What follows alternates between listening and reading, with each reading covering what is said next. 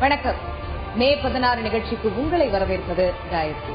நாடு முழுவதும் எதிர்பார்த்து காத்திருக்கும் நாள் அப்படின்னு சொன்னா அது மே 16.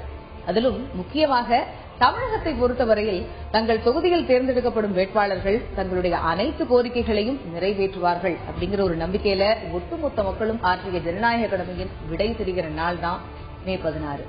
நேற்று தமிழ்நாட்டின் தலையாய பிரச்சனையான மின்சார பற்றாக்குறை குறித்து நாம மே 16 நிகழ்ச்சி தொகுப்புல பார்த்தோம். அந்த வகையில தமிழக மீனவர்கள் அவர்களுடைய முக்கிய பிரச்சனைகள் என்ன, அவர்களுடைய கோரிக்கைகள் என்ன, அதுக்கு என்ன தீர்வுகள் இருக்க முடியும் அப்படிங்கறத பத்தி தான் இன்றைய மே 16 பகுதியில பார்க்க போறோம். இப்ப தமிழக மீனவர்கள் அப்படின்னு நம்ம சொல்லிட்டோம். அப்படி சொல்லும் போது தமிழகத்துல இருக்கிற கடலோர மாவட்டங்கள் என்னென்ன அப்படிங்கறத பத்தி நம்ம முதல் தெரிஞ்சுக்கணும். தமிழகத்தை பொறுத்த வரைக்கும் கடலோர மாவட்டங்கள் அப்படின்னு பார்த்தோம்னா 13 கடலோர மாவட்டங்கள் இருக்கு. ஸ்டார்டிங் ஃப்ரம் திருவள்ளூர்ல ஆரம்பிச்சிருக்கு. திருவள்ளூர் அப்படின்னு பார்க்கும்போது பழவேற்காடு ஏரி. இங்க தமிழக மீனவர்களும் ஆந்திர மீனவர்களுக்கும் நடுவுல நிறைய பிரச்சனைகள் நடந்த வண்ணம் இருக்கிறது. திருவள்ளூரை பொறுத்த வரைக்கும் திருவள்ளூர் அப்படிங்கிற போது அடுத்து அப்படின்னு பார்க்க போனோம்னா சென்னை இருக்கு. சென்னை அப்படிங்கும் போது காசிமேடு உள்ளிட்ட நிறைய மீனவ பகுதிகள் சென்னையில இருக்கு. சென்னைக்கு அடுத்தபடியா காஞ்சிபுரம் இருக்கு. காஞ்சிபுரம்க்கு அடுத்தபடியா பார்த்தோம்னா விழுப்புரம் இருக்கு. விழுப்புரம்க்கும் அடுத்தபடியா நம்ம பார்க்க வரும்போது கடலூர் இருக்கு. கடலூர் அப்படின்னு பார்க்கும்போது மீனவர்கள் அதிகம் வசிக்கக்கூடிய பகுதிகள், மீனவ கிராமங்கள் அதிகம் இருக்கக்கூடிய பகுதி, தேவனாம்பட்டினம் உள்ளிட்ட பகுதிகள் கடலூர் மாவட்டத்தில் இருக்குன்னே பார்க்கலாம். கடலூரை பத்தி நம்ம பேசணும்னா இன்னொரு முக்கியமான விஷயம், சுனாமி போன்ற இயற்கை சீற்றத்துல அதிகமா பாதிக்கப்பட்ட தமிழக பகுதியில கடலூர் ஒரு நோட்டபிளான ஒரு மாவட்டமா தான் இருக்கு. அதே மாதிரியே கடலூர் அப்படிங்கும் போது அடுத்து பார்த்தோம்னா நாகப்பட்டினத்திலையும் கடலூருக்கு ஈக்குவலா நிறைய பேர் சுனாமியால பாதிக்கப்பட்டவங்க இருந்தாங்க அப்படின்னு தான் நம்ம பார்க்கணும். கடலூரில் மீன்பிடி துறைமுகம் இருக்கிறது. கடலூருக்கு அடுத்தபடி பார்த்தோம் அப்படின்னு சொன்னோம்னா திருவாரூர் இருக்கிறது. திருவாரூருக்கு அடுத்தபடியாக தஞ்சாவூர் இருக்கிறது. தஞ்சாவூரை தொடர்ந்து நாம் பார்த்தோமேயானால் புதுக்கோட்டை மாவட்டம் இருக்கிறது. புதுக்கோட்டைக்கு அடுத்தபடியாக ராமநாதபுரம் இருக்கிறது. ராமநாதபுரத்தில் பெரிய மீன்பிடி துறைமுகம் இருக்கிறது. ராமநாதபுரத்திற்கு அடுத்தபடியாக நம்ம பார்க்கணும் அப்படின்னு சொன்னோம்னா தூத்துக்குடி, அதே மாதிரியே தூத்துக்குடிக்கு அடுத்தபடியா திருநெல்வேலி இருக்கிறது. திருநெல்வேலிக்கும் அடுத்தபடியாக கன்னியாகுமரி மாவட்டம் இருக்கிறது. முக்கியமாக இதுல மீனவ பகுதிகள், அதிகமா மீனவர்கள் வசிக்கக்கூடிய பகுதிகள் அப்படின்னு பார்க்க போனோம்னா கன்னியாகுமரி இருக்கிறது, ராமநாதபுரம் இருக்கிறது, வடசென்னை இருக்கிறது, தூத்துக்குடி, மயிலாடுதுறை, அதே போல் கடலூர், திருவள்ளூர். இப்ப தமிழகத்தை பொறுத்த வரைக்கும் கடலோர மாவட்டங்கள், இதுல மீனவர்கள் அதிகம் இருக்கக்கூடிய பகுதிகளை பத்தி நம்ம பார்த்தோம். இப்ப நம்ம பார்க்க போனோம்னா அடுத்தது இந்த ஒவ்வொரு மீனவ பகுதிகளில் இருக்கக்கூடிய இடத்திலையும் அவர்களுடைய பிரச்சனைகள், அவர்கள் சந்தித்து வரக்கூடிய பிரச்சனைகள் அப்படின்னு பார்க்கும்போது அதுவும் அதிகமா இருக்கு. தமிழக மீனவர்கள் அப்படின்னு பார்க்கும்போது மீனவர்களுடைய மக்கள் தொகை 9.15 லட்சம் பேர் இருக்கிறார்கள். மீனவருடைய பாப்புலேஷன் மட்டுமே இவ்வளவு இருக்கிறது. அதுலயும் கடற்கரை நீளம், இப்ப நம்ம சொன்ன மாதிரி திருவள்ளூர்ல இருக்கிற அந்த பழவேற்காடு ஆரம்பிச்சு கன்னியாகுமரியில இருக்கிற அந்த நீரோடி வரை அப்படின்னு பார்க்க போனோம்னா 1076 கிலோமீட்டர் இருக்கிறது.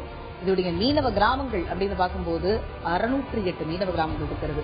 இந்த மீனவர்கள் மூலமா நம்மளுக்கு கிடைக்கக்கூடிய மீன் உற்பத்தி அப்படின்னு பார்த்தோம்னா சராசரியா 1,84,753 டன் அப்படிங்கிற ஒரு கணக்கு நம்ம கிட்ட இருக்கு. இப்ப மீனவர்களை பத்தி தெரிஞ்சுக்கிட்டோம். கடலோர மாவட்டங்கள், மீன்பிடி துறைமுகங்கள் எங்கெங்க இருக்கிறது, மீனவர்கள் அதிகமா எங்கெங்க வசிக்கிறாங்க அப்படிங்கறத பத்தி நாம பார்த்தோம். மீனவர்கள் என்னென்ன விதமான பிரச்சனைகளை எதிர்கொள்றாங்க அப்படிங்கறத பத்தி பார்க்கும்போது முக்கிய பிரச்சனைகளா இலங்கை கடற்படை தாக்குதல் இருக்கு, இயற்கை சீற்றம் இருக்கு, விசைப்படகு மானியம் அப்படின்னு இருக்கு, மீனவர்களுடைய தேவைகள் அப்படின்னு இருக்கு. மீனவர்களுடைய வாழ்க்கை அப்படின்னாலே போராட்டத்துல முடிகிற ஒரு வாழ்க்கையா தான் இருக்கும். போராட்டத்திலேயே அவங்களுடைய வாழ்க்கை முடிந்து விடும் அப்படிங்கிற ஒரு நிலைமையை தான் சொல்ல முடியும்.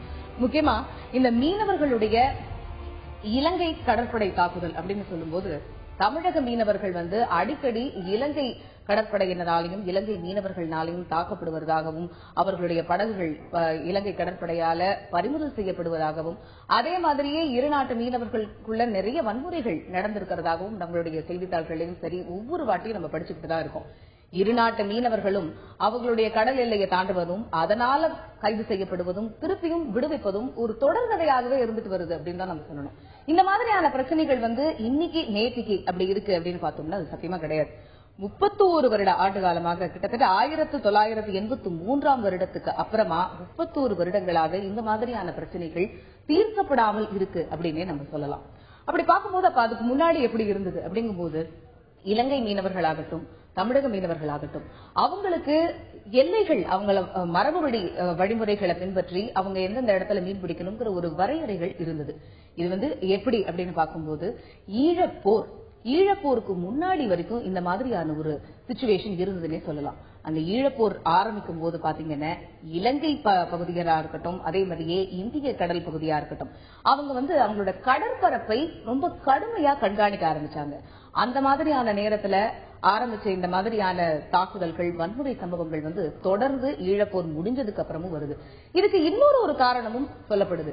என்னன்னா, இந்த மாதிரி பைரசி அப்படின்னு சொல்லப்படக்கூடிய இந்த கடல் கொள்ளையர்களுடைய படகுகளுக்கும் மற்ற படகுகளுக்கும் வித்தியாசம் வேறுபாடு கண்டுபிடிக்க முடியாத ஒரு காரணத்தினால நிறைய பிரச்சனைகள் இலங்கை கடற்படையினர் சந்தித்து வருவதனாலும், அதனால அந்த ஒரு காரணத்தினாலேயும் நம்மளுடைய தமிழக மீனவர்கள் அந்த பக்கம் மீன் பிடிக்க போகும்போதும் எல்லைகளை தாண்டு போதும் நிறைய தாக்குதல்களுக்கு ஆளாவதாக ஒரு காரணமும் சொல்லப்படுகிறது.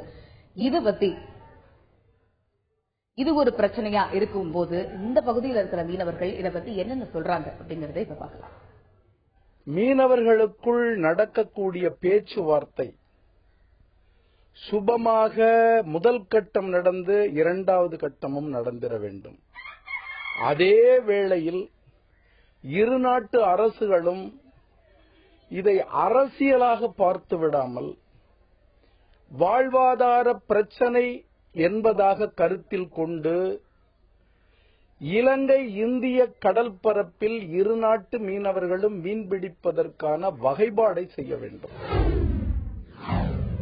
மீன்பிடி தடைகாலம்னு அறிவிக்கிறாங்க. அந்த காலத்துல எங்களுக்கு மீன்பிடி நிவாரணம் எங்களுக்கு 2000 பணம் கொடுக்குறாங்க. அந்த பணம்ங்கிறது எங்களுக்கு போதுமான பணம் இல்லை. நாங்க கவர்மெண்ட் சொல்லியிருக்கோம், இந்த பணத்தை எங்களுக்கு கொஞ்சம் கோட்டு கொடுங்க. எங்களுக்கு 2000 வச்சு எங்களால எப்படி குடும்பம் பண்ண முடியும்? 2000 கொடுக்குறாங்க, இந்த 45 நாள் வச்சு எப்படி இந்த இப்ப உள்ள விலைவாசிக்கு எப்படி எங்களால குடும்பம் பண்ண முடியும்? அது கவர்மெண்ட்டுக்கும் தெரியும். நாங்க அப்பையில இருந்து 2-3 கோரிக்கை நாங்க எத்தனையோ தடவை சொல்லியிருக்கோம். குஜராத்ல, கேரளாவில இந்த இடத்துல எல்லாம் மீனவர்களுக்குன்னு ஒரு தனி வங்கியே இருக்குது. இந்த மீனவர்கள் கிடைக்கிற தடைக்கால நிவாரணம், மழைக்கால நிவாரணம், சொசைட்டி நிவாரணம், இல்ல மீனவர்கள் கடல்ல தவறினா அதுக்கு கிடைக்கிற நிவாரணம், இவை அனைத்துமே மீன்வள வங்கியின் சார்பாக தான் இந்த கேரளா, குஜராத்ல எல்லாம் போய் சேருது. ஆனா தமிழ்நாட்டுல அப்படி ஒரு வங்கி இல்ல. நாங்களும் வெகு காலமா கேட்டுக்கிட்டு இருக்கிறோம். இந்த எங்களுக்கு கிடைக்கிற நிவாரணத்தை பொதுவுடைமை வங்கியில கொடுக்கறதுனால நாங்க போய் எல்லாருமே ஒன்னா போய் நிக்கிறதுனால அதிகப்படியான கூட்டம் ஆயிடுது. வங்கியிலையும் சரியான மரியாதைகள் எங்களுக்கு கிடைக்கிறது இல்ல. நிவாரணமும் முறையா எல்லாருக்கும் போய் சேர்றது இல்ல. கடற்கரை மீனவர் பகுதியில நாங்க தூண்டில் வலை அமைத்து விட ரொம்ப நெடுங்காலமா கேட்டுட்டு இருக்கோம். அது கவர்மெண்ட் எந்த விதமான நடவடிக்கையும் இது வரைக்கும் எடுத்தது இல்ல. ஆனா கல்லை மட்டும் கொட்டி வச்சுட்டு போயிட்டாங்க. கல்லுனால எங்களுக்கு எந்த விதமான பிரயோஜனமும் கிடையாது. எங்களுக்கு ரொம்ப பாதிப்பு தான் ஏற்படுது. அந்த கல் இருக்கிறதுனால கடல் ஓரத்துல எங்களால மரக்காணம் போட்ட எந்த பட்டம் ஏற்றி ஓரமா வைக்க முடியல. அப்படி ரொம்ப கஷ்டப்படுறதுனால ஆர்பார் உள்ள துறைமுகத்துல விட வேண்டியதா இருக்கு. அப்படி விடும்போது எங்க போட்ல உள்ள ஆளுங்க கீழே தலை செத்து போயிடுறாங்க. எங்களோட வலைகளை எல்லாமே நாசமாயிடுது. அதுல போட்டும் சமயத்துல உடஞ்சி சேதப்பட்டு போயிடுது. அதனால ஒண்ணுமே பண்ண முடியல. கவர்மெண்ட் எங்களுக்கு தூண்டில் வலை அமைத்து கொடுத்தா கொஞ்சம் நல்லபடியா இருக்கும். இந்த மாதிரி தமிழகத்தில் இருக்கக்கூடிய ஒரு பகுதி மீனவர்களும் அவர்கள் சந்தித்து வரும் முக்கிய பிரச்சனைகளை பத்தி சொன்னாங்க. முக்கியமா அவர்கள் எதிர்நோக்கும் பிரச்சனைகளை பத்தி பார்த்தோம். அதற்கான தீர்வுகளையும் பார்க்கலாம்.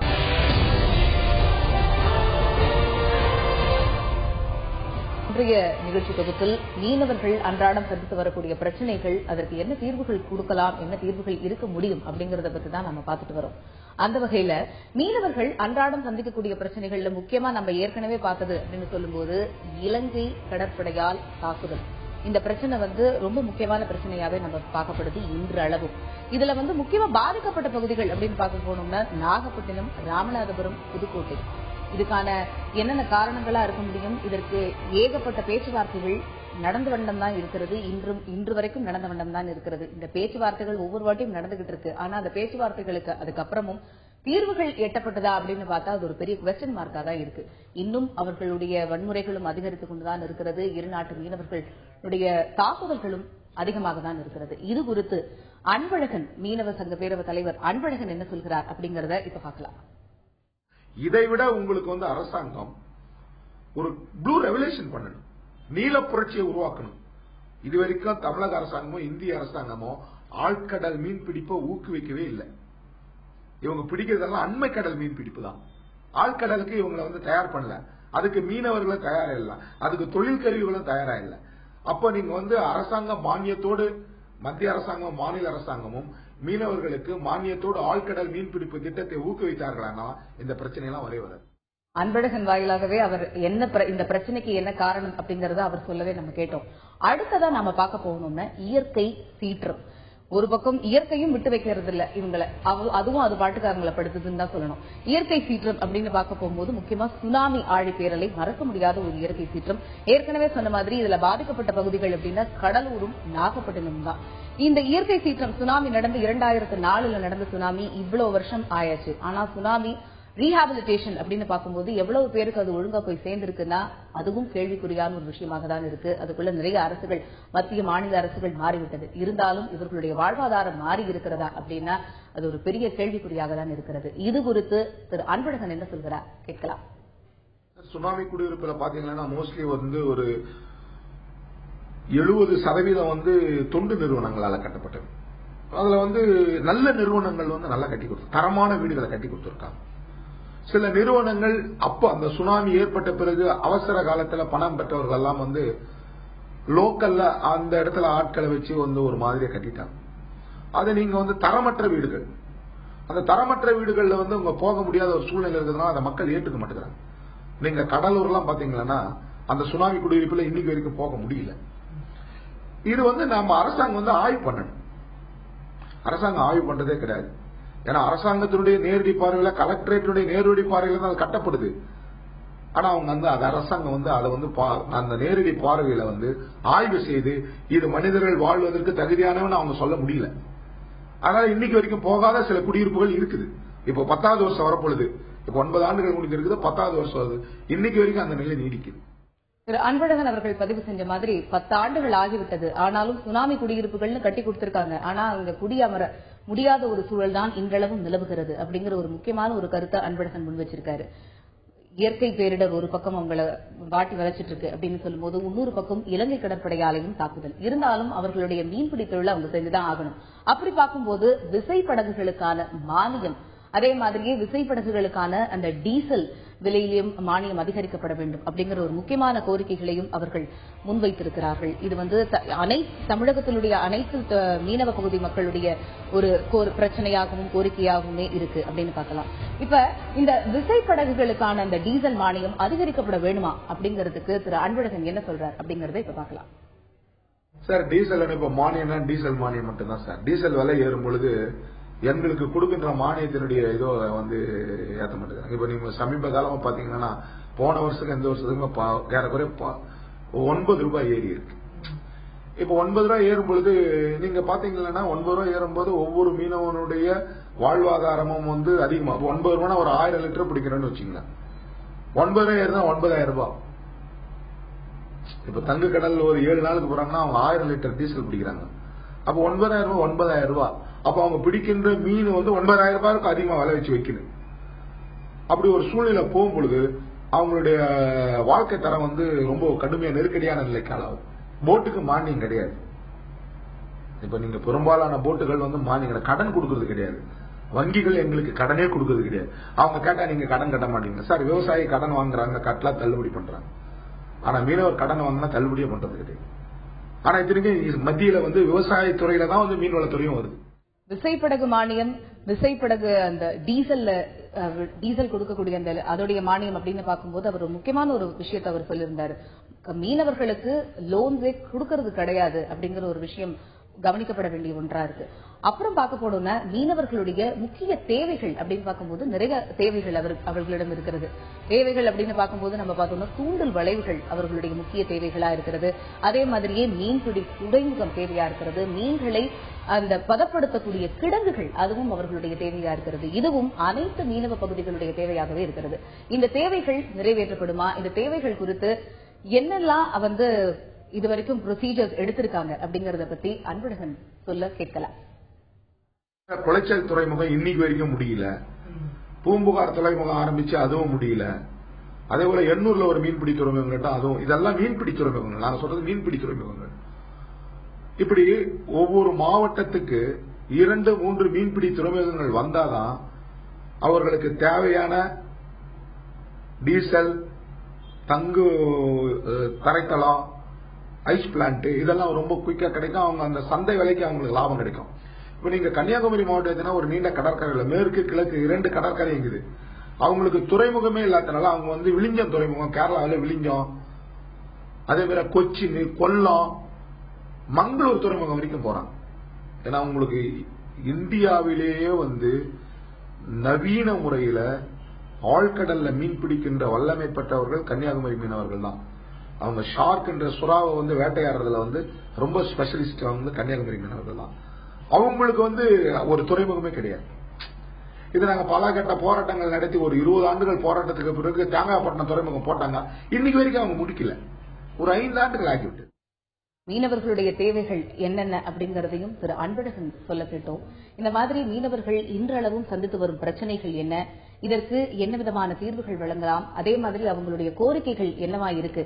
இவ்வளவு கோரிக்கைகளையும் இவ்வளவு பிரச்சனைகளையும் சுமந்து கொண்டே இத்தனை தேர்தல்களையும் அவர்கள் சந்தித்து விட்டார்கள். அதே மாதிரி இந்த 2014 தேர்தலையும் அவங்களுடைய ஜனநாயக கடமையை ஆற்றிவிட்டு இதுக்கு மேலேயாவது ஏதாவது அவங்களுக்கு தீர்வு கிடைக்காதா அப்படிங்கிற எதிர்பார்ப்போடையே இருக்கிறார்கள்.